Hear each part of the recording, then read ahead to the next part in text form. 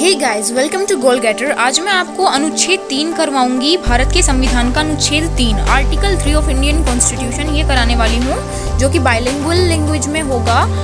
तो स्टार्ट करते हैं। जो आर्टिकल 3 है उसमें जो पार्लियामेंट है, हमारी जो संसद होती है, उसे ये अधिकार होता है कि वो कानून बना के नए राज्य का निर्माण कर सकती है।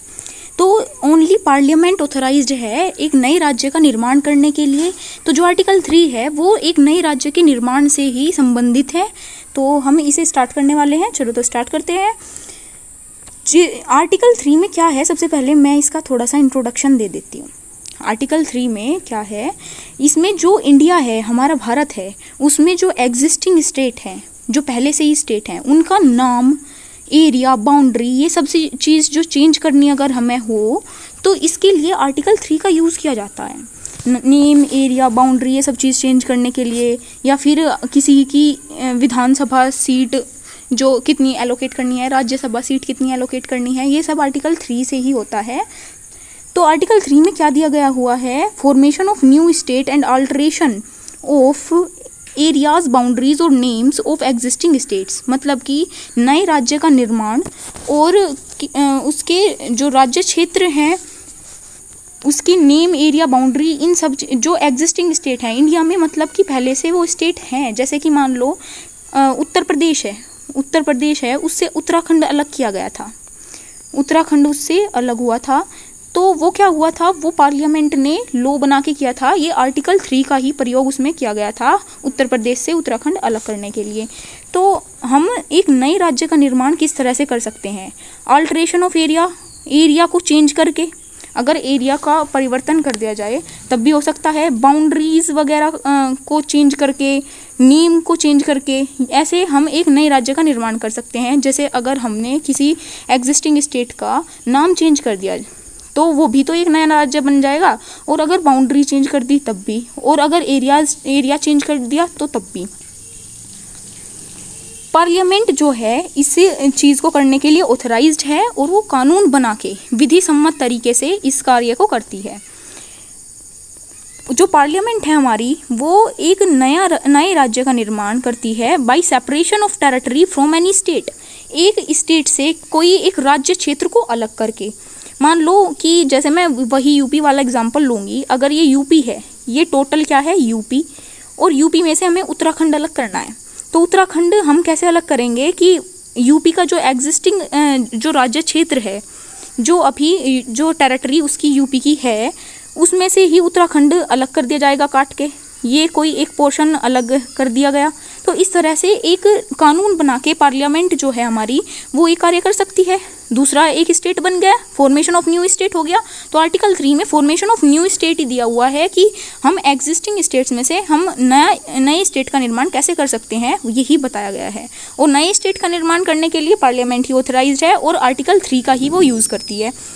या फिर हम क्या कर सकते हैं, जो पार्लियामेंट है हमारी, वो यूनाइटिंग 2 और मोर स्टेट्स, 2 या 2 से ज़्यादा जो राज्य हैं उन्हें एक भी कर सकती है। जैसे मान लो तेलंगाना है, तेलंगाना और आंध्र प्रदेश, उन्हें जोड़ दिया, दोनों को जोड़ के एक नए राज्य का निर्माण कर दिया, उसका कुछ और नाम रख दिया। तो ये सब काम भी कर सकती है, वो भी तो एक नया स्टेट बन जाएगा।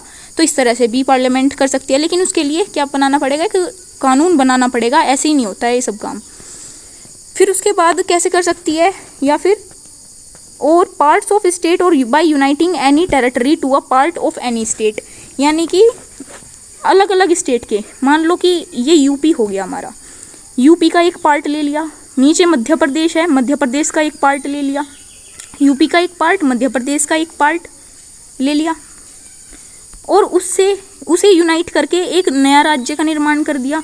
तो इस तरह से भी हम एक नए राज्य का हमारी पार्लियामेंट निर्माण कर सकती है।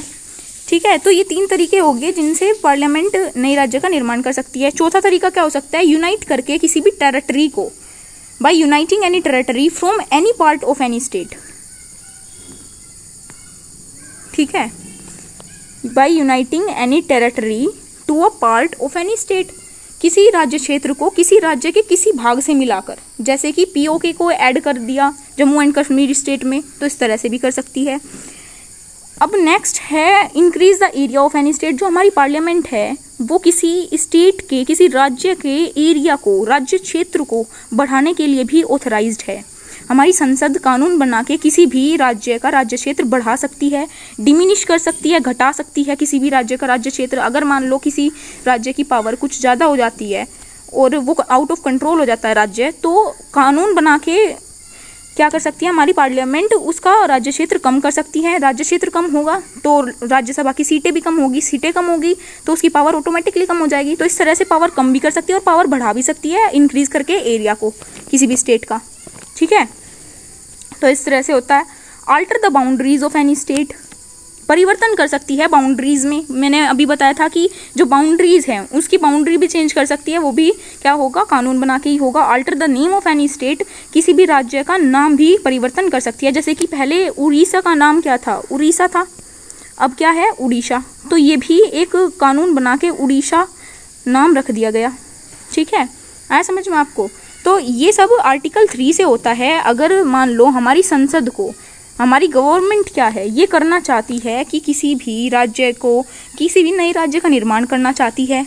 कैसे कैसे, उनकी जो यूनाइट करके, चाहे तो 2 राज्य, किसी राज्य से उसका राज्य क्षेत्र अलग करके कर दो, चाहे 2 या 2 से ज़्यादा स्टेट को मिला के कर दो, चाहे उनके पार्ट्स को मिला के कर दो, चाहे उनके राज्य क्षेत्र के किसी के भी मतलब भाग को मिला के कर दो। तो इस तरह से अगर जो हमारी पार्लियामेंट करना चाहती है तो वो कानून बना के वो कर सकती है। लेकिन इस पे भी एक रेस्ट्रिक्शन है। वो जो हमारी पार्लियामेंट है वो किसी भी राज्य क्षेत्र का नाम बदल सकती है, उसका एरिया चेंज कर सकती है, बढ़ा भी सकती है, घटा भी सकती है। ठीक है, आपको इतना तो समझ में आ गया होगा। उसकी बाउंड्री चेंज कर सकती है। ठीक, तो ये इसके लिए एक रेस्ट्रिक्शन है, ऐसे ही नहीं होता है। सबसे पहले क्या होता है, जो प्रेसिडेंट है, प्रेसिडेंट को ऑथराइज किया गया है, प्रेसिडेंट को ऑथराइज किया गया है, इसके लिए एक बिल भेजना पड़ता है।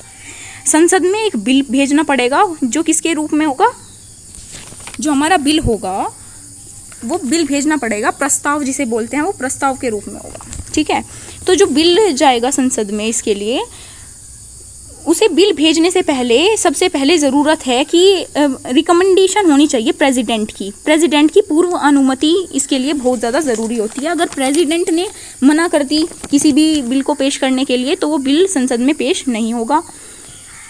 जो प्रपोजल है बिल का, अगर सिर्फ इसी के लिए होता है, ये आर्टिकल 3 के अंडर, अगर आर्टिकल 3 के अंडर कोई भी कानून बनेगा तो उसके लिए सबसे पहले रिकमेंडेशन ज़रूरी होगी प्रेसिडेंट की। सबसे पहले पूर्वानुमति प्रेसिडेंट की, राष्ट्रपति की, भारत के लेनी ज़रूरी होगी।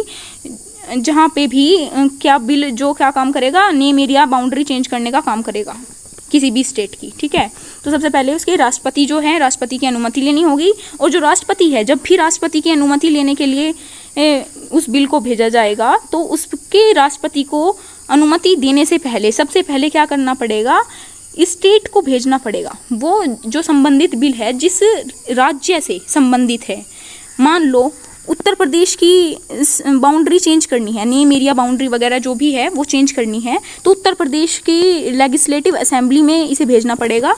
ठीक है, जो विधानसभा होती है या विधानमंडल होता है उसमें इसे भेजना पड़ेगा। फिर उसके बाद अगर वो उसमें ही, उस बिल के अंदर ही ये लिख देंगे राष्ट्रपति कि कितने दिन में ये बिल जो है इस पे विचार विमर्श करके अपनी राय हमें देंगे। अगर वो उस टाइम पर, जो राष्ट्रपति उसमें टाइम एलोकेट करेंगे, उसी टाइम के अंदर अंदर वो अपनी राय दे देते हैं तो ठीक है, फिर वो बिल क्या होगा, राज्यसभा या लोकसभा दोनों हाउस में से कोई से भी हाउस में वो इनिशिएट हो सकता है, जा सकता है पास होने के लिए। अदरवाइज अगर वो नहीं देते तो जो प्रेसिडेंट है वो कुछ एक्स्ट्रा टाइम भी एलोकेट कर सकते हैं। ठीक है, प्रेसिडेंट क्या है, उस बिल में लिख देंगे कि आपको इतना टाइम दिया जाता है, आपको अपनी राय इस टाइम के अंदर अंदर देनी ही देनी होगी। अगर वो नहीं दे पाते किसी कारण से तो ये प्रेसिडेंट की मर्जी होती है कि वो उन्हें और एक्स्ट्रा टाइम देना चाहते हैं या नहीं। अगर वो उन्हें और एक्स्ट्रा टाइम भी दे दे और तब भी वो राय नहीं देते तो फिर भाड़ में जाए, जो राज्य है राज्य की राय भाड़ में जाए, फिर वो अपने जो बिल है वो किसी भी हाउस में इनिशिएट करवा सकते हैं, वो पास हो जाएगा। इसमें राज्य की राय जो है, राज्य की राय लेना जरूरी है, लेकिन राज्य की राय लेना बाध्यकारी नहीं है। राज्य की राय मानना बाध्यकारी नहीं है। उसके ऊपर विचार विमर्श प्रेसिडेंट कर सकता है, लेकिन वो अपनी मर्जी से करेंगे प्रेसिडेंट विचार विमर्श। इसमें राज्य जो राय देगा वो मानना ज़रूरी नहीं है, बस पहले उनकी राय ले लेनी है। ये इसमें बाध्यकारी है, ये कॉन्स्टिट्यूशन में दिया गया हुआ है, हमारे संविधान निर्माताओं ने ये दिया है। लेकिन ये बिल्कुल नहीं दिया है कि प्रेसिडेंट इस पे बाध्यकारी है, प्रेसिडेंट पे उनकी राय मानना। ठीक है, तो प्रेसिडेंट जो मन मर्जी चाहे वो कर सकते हैं इस पे। अगर जो राज्य है, राज्य ने अगर इसके अगेंस्ट कोई राय दे दी कि नहीं, हम जो ये स्टेट की नेम एरिया बाउंड्री है ये नहीं करेंगे, चेंज करवाएंगे, या फिर कुछ विद्रोह भी हो जाता है, तब भी राज्य जो राष्ट्रपति है अगर चाहे तो वो क्या कर सकते हैं, वो उस बिल को पास करवा सकते हैं। इसमें स्टेट कुछ नहीं कर सकता अपने आप से, कोई पावर नहीं है स्टेट की इसमें। ठीक है, तो ये हमारा आर्टिकल 3 था। सो आई थिंक आपको समझ में आ गया होगा। नेक्स्ट जो हमारा लेक्चर होगा, उस लेक्चर में मैं आपको कैसे बिल पेश होता है, ये प्रपोजल जो है, प्रपोजल बिल का कैसे होता है, कैसे इनिशिएट होता है, कौन से हाउस में, अपर हाउस लोकसभा में, राज्यसभा में, कौन से हाउस में ये इनिशिएट होता है, ये सब चीज़ मैं बताने वाली हूँ। तो if you like this lecture then please do like, share and subscribe. Thanks for watching, bye bye and have a nice day.